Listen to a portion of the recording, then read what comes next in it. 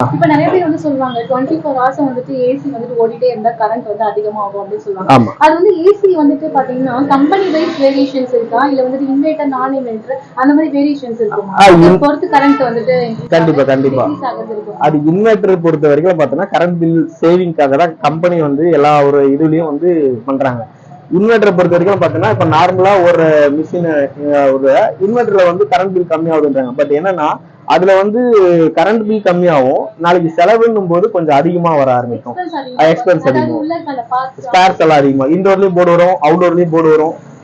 இதுல வந்து ஒரு 3 சென்சார் தான் வரும், அதுல கிட்டத்தட்ட ஒரு 6 சென்சாருக்கு மேல இருக்கு. அதனால வந்து அது வந்து உங்களுக்கு ஃபால்ட் அதிகமா வரும். எரர் கோடும் அதுல நிறைய இருக்கு. இப்ப நார்மல் மாடல்ல அந்த எரர் கோடல ஒரு 4 அந்த ஒரு 3 to 4 தான் இருக்கும். இன்வெர்டரை பொறுத்த வரைக்கும் வந்து பாத்தீங்கன்னா கொஞ்சம் நிறைய வரும். அதனால ஃபால்ட் அதிகமா வந்துச்சுன்னா அதுக்கான செலவுகளும் உங்களுக்கு வந்து இப்போதைக்கு அதிகம். ஒரு 12,000 ரூபாயில இருந்து 15,000 ரூபாய் ஒரு போர்டு மாத்துறதுனால அந்த அளவு காஸ்ட் அதிகமாயிடும். அதனால வந்து நார்மல் ஏசியை பொறுத்த வரைக்கும் உங்களுக்கு அந்த அளவுக்கு செலவு வைக்காது. சப்போஸ் இண்டோர் போச்சுன்னா அந்த இண்டோரை தூக்கிட்டு நமக்கு புது இண்டோரும் கிடைக்குது, செகண்ட்ஸ் நம்ம கிட்டயும் இருக்கு. செகண்ட்ஸ் இருந்தாலும் நம்ம வந்து ப்ரொவைட் பண்ணலாம். அதாவது நார்மல்ல எதை ஒண்ணா பண்ணலாம், இன்வெர்டர் ஏசில அந்த கான்செப்ட் பண்ண முடியும்.